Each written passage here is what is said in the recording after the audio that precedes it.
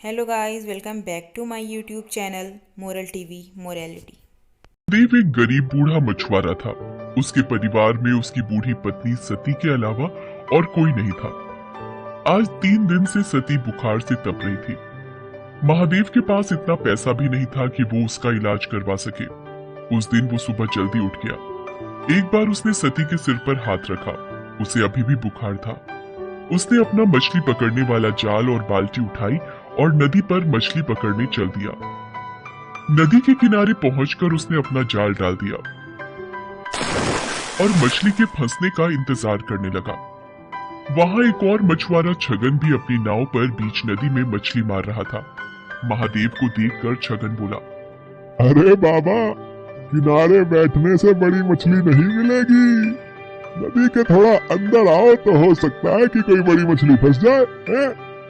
नहीं बेटा, ना तो मेरे पास नाव है और न शरीर में ताकत जो मैं नदी में जाकर मछली पकड़ सकूं। अब सब कुछ भगवान के ऊपर है। उन्होंने चाहा तो मुझे बड़ी मछली जरूर मिलेगी। छगन ताने मारता हुआ बोला, तो फिर बैठे रहो घाट को पकड़ के। भगवान तुम्हारे लिए लाल परी मछली भेजेंगे। लाल परी एक बहुत ही नायाब मछली होती है जिसकी कीमत लाखों में होती है। ऐसी मछली किसी भाग्यवान को ही मिलती है। एक बार जिसे लाल परी मिल जाती है उसकी किस्मत ही चमक जाती है। खैर, महादेव ने छगन की बातों पर कोई ध्यान नहीं दिया और काफी देर इंतजार करने के बाद अपना जाल खींचा। उसका जाल भारी लग रहा था। लगता है कोई बड़ी मछली फंसी है। मगर जैसे ही उसने जाल बाहर खींचा उसका सारा जोश ठंडा पड़ गया। जाल में मछली तो क्या, एक घोंघा भी नहीं फंसा था। उसकी जगह उसमें ढेर सारा कचरा जैसे प्लास्टिक की बोतलें, सड़े पुराने जूते और चप्पल फंसे थे। ये देखकर छगन जोर से ठहाका लगाकर हंस पड़ा और बोला, अरे वाह बाबा वाह, बहुत बड़ा खजाना हाथ लग गया है तुम्हारे। इसी तरह रोज खजाना मिलता रहा तो एक दिन तुम जल्दी ही रईस बन जाओगे। महादेव ने फिर उसकी बात पर कोई ध्यान नहीं दिया, बस मन ही मन बोला, हे भगवान, कैसे लोग हैं तुम्हारी दुनिया के। जो नदी हमें पीने को पानी और खाना देती है उसमें लोग न जाने क्या क्या गंदगी डाल देते हैं। इतना सोचकर उसने फिर से जाल डाला। इस बार उसके जाल में थोड़ी सी छोटी मछलियां फंस गई। लगातार मेहनत करने से महादेव का बूढ़ा शरीर थक गया था, इसलिए जो मछलियां फंसी थी उन्हें समेटकर महादेव बाजार चल पड़ा। दिन भर महादेव ग्राहकों का इंतजार करता रहा, मगर छोटी मछलियां होने के कारण उससे मछली खरीदने कोई नहीं आया। बाकी के मछुआरे बड़ी बड़ी मछलियां पकड़ कर लाए थे। उनकी सारी मछलियां देखते ही देखते बिक गई। हे भगवान, शाम होने को आई है। अब तो बाजार भी उठने लगा है। एक भी ग्राहक नहीं आया। सोचा था थोड़ा सा पैसा आ जाएगा तो सत्ती के लिए खाना और दवाइयां लेता जाऊंगा।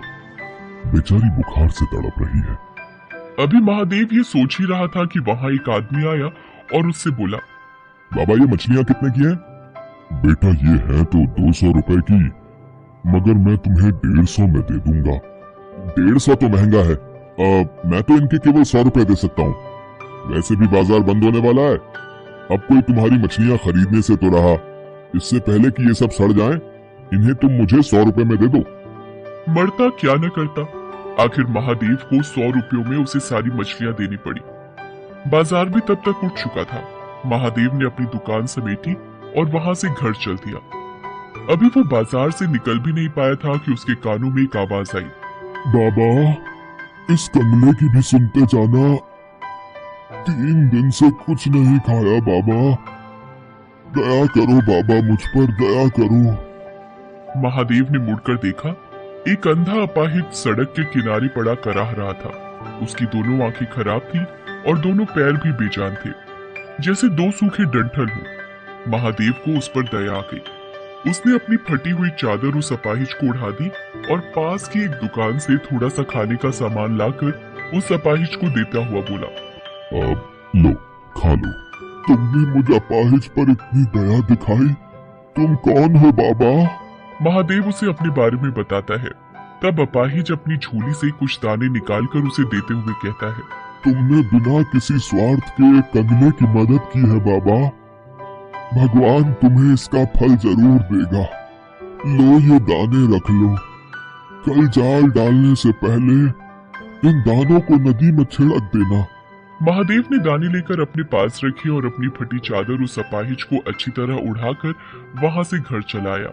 घर पहुंचने पर उसने देखा कि सती की तबीयत अब कुछ ठीक थी। ये देखकर महादेव को थोड़ी राहत मिली। उसने खाना बनाना शुरू किया। उसने अपने लिए थोड़ी सी मछलियां बचा कर रखी थी। उन मछलियों के साथ उसने आज खरीदे हुए थोड़े से चावल और आलू बनाए और सती को खिलाया। सती को खिलाकर सुलाने के बाद जैसे ही वो खाने बैठा, तभी वहां गांव का कुत्ता कालू आ गया। कालू को देखते ही महादेव के चेहरे पर मुस्कान तैर गई। वो कालू को पुचकारते हुए बोला, क्यों कालू बेटा, भूख लगी है?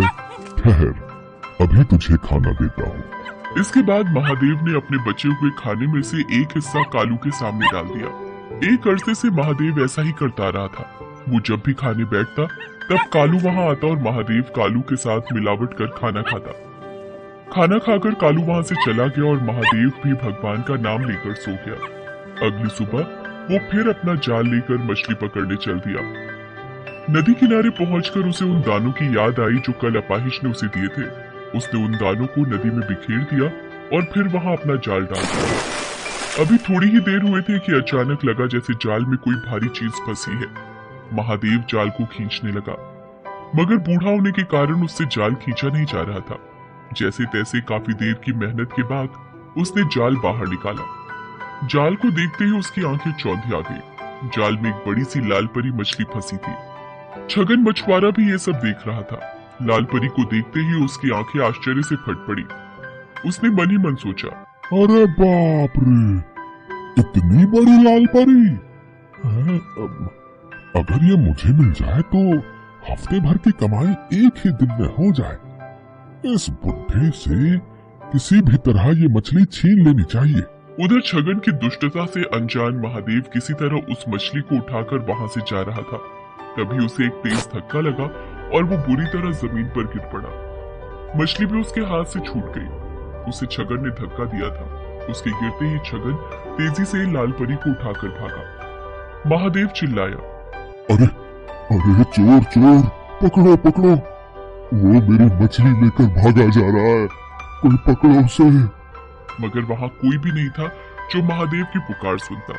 लेकिन अगले ही पल ना जाने कालू वहां कैसे आ गया और भागते हुए छगन पर टूट पड़ा। उसने कई जगह छगन को काट खाया। छगन दर्द से चिल्ला उठा। उसका चिल्लाना सुनकर आसपास के रहने वाले लोग वहां भागे आए। इतने सारे लोगों के सामने अपनी पोल खुलने के डर से छगन लाल परी को वहीं छोड़कर भाग गया। तब तक महादेव भी वहां पहुंच गया।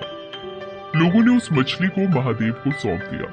मछली बहुत बड़ी है, इसे काटकर इसका थोड़ा सा हिस्सा मैं अपने लिए भी रख लूं तो भी बाकी हिस्सों की बाजार में अच्छी कीमत मिल जाएगी मुझे।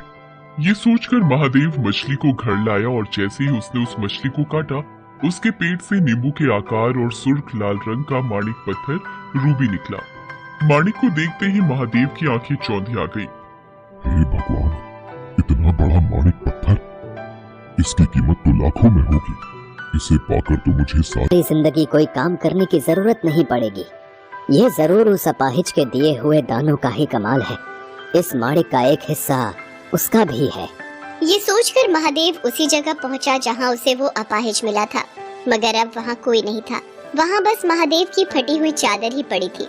लोगों से पूछने पर पता चला कि उन्होंने वहां किसी अपाहिज को पहले कभी नहीं देखा है। तो वो कौन था?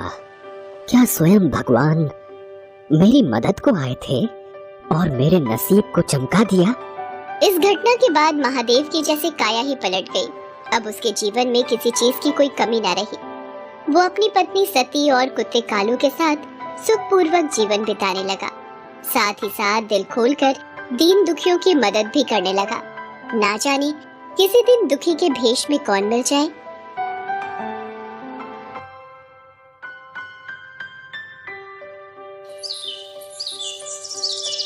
एक बार नारद मुनि के मन में एक प्रश्न उठा, तो वो उसका उत्तर जानने के लिए ब्रह्मा जी के पास जाते हैं। प्रणाम ब्रह्मा जी। आओ नारद, कैसे आना हुआ? नारायण नारायण। ब्रह्मदेव, मैं आज आपके पास एक प्रश्न पूछने आया हूँ। क्या नसीब का भी कोई खेल होता है? क्या मनुष्य के नसीब का भी कोई महत्व होता है? बिल्कुल देवर्षि नारद, मनुष्य का नसीब उसका भूतकाल, वर्तमान काल और भविष्य काल तीनों में ही महत्व रखता है। वो कैसे ब्रह्मदेव? कृपया विस्तार से बताइए। देवर्षि नारद, इसके लिए मैं आपको एक कथा सुनाता हूँ। सोहन नगर में दयानंद नाम के एक बहुत बड़े ज्योतिष रहा करते थे। उनके पास ऐसी विद्या शक्ति थी कि वो सबका भविष्य पढ़कर बता देते थे। एक बार ज्योतिष दयानंद अपने पास आए एक व्यक्ति का हाथ देख रहे थे। तब दयानंद का 8 साल का पुत्र वहीं पास में खड़ा था। व्यक्ति के जाने के बाद वो अपने पिता से बोला, पिताजी, मैं भी अपना नसीब देखना चाहता हूँ। क्या आप मेरा भी भाग्य पढ़कर बता सकते हो? पुत्र गोपाल, अभी तुम बहुत छोटे हो। जब तुम बड़े हो जाओगे तब मैं तुम्हारा भाग्य जरूर बताऊंगा। जाओ, अभी तुम जाकर खेलो। गोपाल के जाने के बाद दयानंद सोचने लगा, कहीं न कहीं गोपाल ने सही बात बोली है। जब मैं सबका भविष्य बता सकता हूँ तो क्यों न अपने बेटे गोपाल का भविष्य भी देख लूं। ज्योतिषी दयानंद आंखें बंद करते हैं और अपने पुत्र गोपाल का आने वाला भविष्य देखने लगते हैं, पर उसे कुछ ऐसा दिखाई देता है जिसे देखकर वो चौंक जाते हैं। अब ये मैंने क्या देख लिया? ऐसा नहीं हो सकता। मेरे इकलौते पुत्र का विवाह एक भिखारी की कन्या के साथ होगा। ये कदापि नहीं हो सकता। मैं ऐसा कभी नहीं होने दूंगा। मैं भाग्य देख सकता हूँ तो मैं भाग्य को बदल भी सकता हूँ। मैं अपने पुत्र का आने वाला नसीब ही बदल दूंगा। उसके पश्चात क्या हुआ ब्रह्मदेव? जब ज्योतिषी दयानंद ने अपने पुत्र का भाग्य देखा तो वो एक पल भी बिना देर किए उस गरीब के घर पहुंचा। दयानंद जानता था कि उस गरीब मजदूर के घर पहले ही 5 कन्याओं का जन्म हो चुका है और अब एक और कन्या ने जन्म लिया है। मैंने आपको पहचाना नहीं। आप कौन हैं? तुम मुझे नहीं जानते, पर मैं तुम्हें अच्छी तरह जानता हूँ। तुम बहुत दुखी और लाचार हो। आप बिल्कुल सही कह रहे हैं। मेरे घर में पहले ही 5 बच्चे थे, अब एक और कन्या ने जन्म लिया है। मैं अपने बच्चों का पालन पोषण कैसे करूं? इसी दुविधा में हूँ। मैं अकेला कितना कमा लूंगा? अगर मुझे किसी की मदद मिल जाती तो बड़ा उपकार होता। इसीलिए मैं तुम्हारे पास आया हूँ। मैं तुम्हारी मदद करना चाहता हूँ। मैं चाहता हूँ मैं तुम्हारी सहायता करूँ तो थोड़ा पुण्य मैं भी कमा लूं। मेरा इकलौता बेटा है, पर मेरी कोई कन्या नहीं है। इसलिए मैं तुम्हारी कन्या को गोद लेना चाहता हूँ, जिससे तुम्हारी परेशानी भी हल हो जाएगी और मेरी भी। मेरे पास धन दौलत संपत्ति की कोई कमी नहीं है। तुम्हारी कन्या मेरे घर राज करेगी। तुम मुझे अपनी कन्या दे दो, मैं उसे बेटी की तरह पालूंगा। दयानंद ने गरीब की मजबूरी का फायदा उठाया और गरीब बेचारा भी क्या करता, उसके पास इतना खाने को नहीं था कि वो अपने सभी बच्चों का पालन पोषण कर सके। वो तो यही चाहता था कि उसकी कन्या अगर किसी अमीर घर में जाएगी तो उसे सब ऐशो आराम मिलेंगे। इसलिए उस गरीब ने अपनी कन्या को दयानंद को देना ही उचित समझा। आपने तो मेरी मुश्किल आसान कर दी। मेरी कन्या इतने बड़े घर में रहेगी तो मेरे ऊपर भी तो बहुत उपकार होगा। यहाँ रहेगी तो गरीबी में भूखी प्यासी मर जाएगी, पर आपके यहाँ उसका अच्छे से लालन पालन होगा। मैं अभी अपनी कन्या को लेकर आता हूँ। उसके पश्चात उस गरीब मजदूर ने अपनी कन्या को इस आस में कि वो एक अमीर घर में खुश रहेगी दयानंद को सौंप दिया। पर दयानंद के मन में तो कुछ और ही पाप पनप रहा था। वो उस कन्या को लेकर एक तालाब पर पहुंचा। मैं इस कन्या को अपने घर की बहू कभी नहीं बनने दूंगा। मेरे होते हुए ये हरगिज नहीं होगा। मैं अपने बेटे का भाग्य पलट के रख दूंगा। नारायण नारायण, मेरा तो हृदय बैठा जा रहा है ब्रह्मदेव। अति शीघ्र बताइए, उसके पश्चात उस दयानंद ने मासूम कन्या का क्या किया? दयानंद ने अपने पुत्र का भाग्य पलटने के लिए उस कन्या को तालाब में फेंक दिया और वहाँ से हंसता हुआ वापस चला गया। पर ये कहावत भी सही है कि जिसको राखे साइया मार सके न कोई। उस तालाब में कमल के पुष्प थे। उन्हीं में से एक कमल का पुष्प तालाब में बह रहा था। कन्या तैरती हुई उस पुष्प के ऊपर आ जाती है और पुष्प के साथ ही बहने लगती है। तभी तालाब में एक मछुआरा मछलियां पकड़ने आता है। अरे ये कमल के फूल के ऊपर क्या है? इतना छोटा बच्चा ये किसने बेरहमी से इस तालाब में फेंक दिया? ये तो रो रहा है। मैं इसे घर ले जाता हूँ। पता नहीं कैसे माता पिता हैं जो अपने बच्चों को पैदा करके फेंक देते हैं। इतना सुंदर और मासूम बच्चा है, इसे घर ले जाता हूँ। भगवान, मेरी भी कोई संतान नहीं है। ये आपका आशीर्वाद समझकर मैं ही इसे पाल पोस कर बड़ा करूँगा। और फिर वो मछुआरा उस बच्ची को अपने घर ले जाता है। ऐसे ही समय करवट लेता है और 20 साल बीत जाते हैं। दयानंद का पुत्र गोपाल अब बड़ा हो गया था। चलते चलते प्यास लग रही है। प्यास से गला भी सूख रहा है। वो सामने झोपड़ी दिखाई दे रही है। एक बार वहाँ चलकर पूछता हूँ, शायद पीने का पानी मिल जाए। सुनिए, कोई है? जी कहिए, मैं आपकी क्या सेवा कर सकती हूँ? कितनी सुंदर कन्या है। इसके चेहरे से तो मेरी नजरें ही नहीं हट रही हैं। बोलिए, क्या चाहिए? जी जी, मुझे पीने का थोड़ा पानी मिल सकता है? आप यहीं रुकिए, मैं अभी पानी लेकर आती हूँ। आपका नाम क्या है? जी, मेरा नाम सुनंदा है।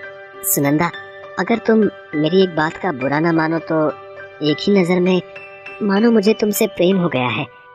अगर तुम चाहो तो मैं तुम्हें पत्नी का दर्जा देकर तुमसे विवाह करना चाहता हूँ। पर बेटा, हम लोग तो बहुत गरीब हैं। तुम मेरी कन्या के साथ विवाह करोगे तो तुम्हारे परिवार वालों को कोई आपत्ति तो नहीं होगी ना? मैं आपके आशीर्वाद से इसी समय विवाह करके सुनंदा को अपनी पत्नी बनाकर ले जाऊंगा। मेरे होते हुए सुनंदा को किसी बात की कोई तकलीफ नहीं होगी। और फिर मछुआरे ने अपनी कन्या का विवाह गोपाल के साथ कर दिया। जब सुनंदा को लेकर घर पहुंचा तो दयानंद उसे देखकर बहुत गुस्से में आ गया। गोपाल, तू विवाह करके आ गया और ये किसे ले आया है? इस लड़की के परिवार के बारे में कुछ भी अता पता किए बिना तूने इतना बड़ा कदम कैसे उठा लिया? पिताजी, सुनंदा के पिताजी ने मुझे विवाह से पूर्व सब कुछ सच सच बता दिया था। इनकी यही बात मुझे बहुत पसंद आई। मैं कुछ समझा नहीं, तुम कहना क्या चाहते हो? आखिर ये लड़की है कौन? मेरे पिताजी एक मछुआरे हैं जिन्होंने मुझे पाल पोस कर बड़ा किया। आज से 20 साल पहले मैं उन्हें एक तालाब में सफेद कपड़े में कमल के फूल पर तैरती हुई मिली थी। उसके पश्चात उन्होंने मेरी जान बचाई और मुझे अपनी बेटी बनाकर मेरा पालन पोषण किया। ये लड़की क्या कह रही है? ये तो वही लड़की है जिसे आज से 20 साल पहले मैंने ही सफेद कपड़े में लपेटकर तालाब में फेंका था। सर्वनाश, ये सब क्या हो गया? पर अभी भी मेरे पास समय है। मैं इसे जान से मार दूंगा, फिर तो भाग्य पलट सकता हूँ। दयानंद के मन में एक बार पाप युक्ति फिर से जन्म लेती है। दोपहर के वक्त जब गोपाल काम पर गया होता है तो पीछे से सुनंदा घर पर अकेली होती है। यही मौका है इससे पीछा छुड़ाने का। सुनंदा कक्ष में सो रही है। ये सांप इसके कक्ष में छोड़ देता हूँ।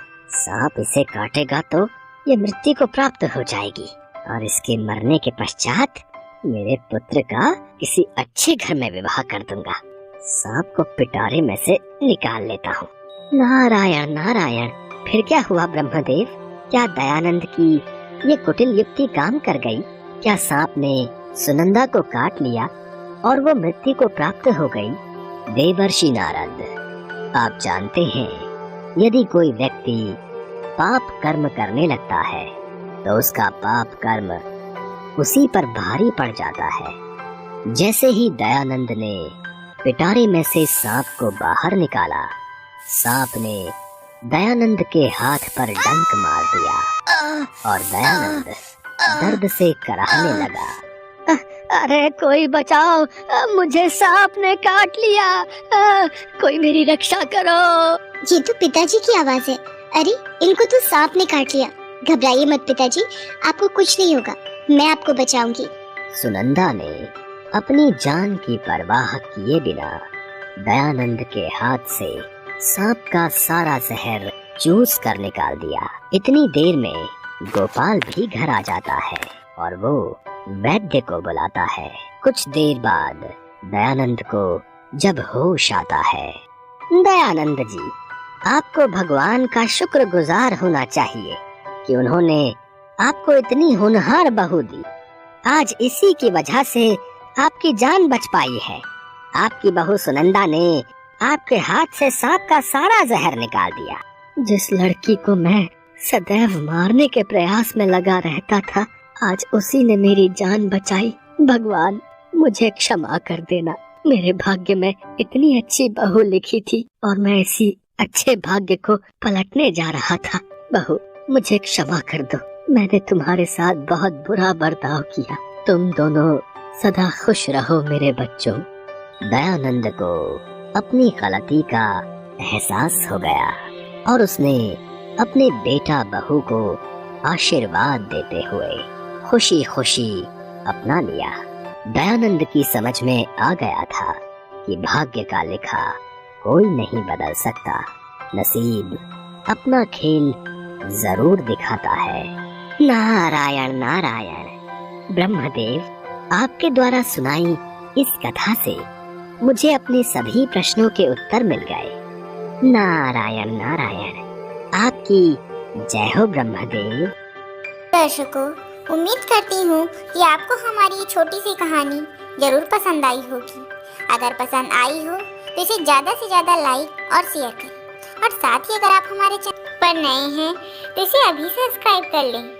आज की वीडियो में बस इतना ही।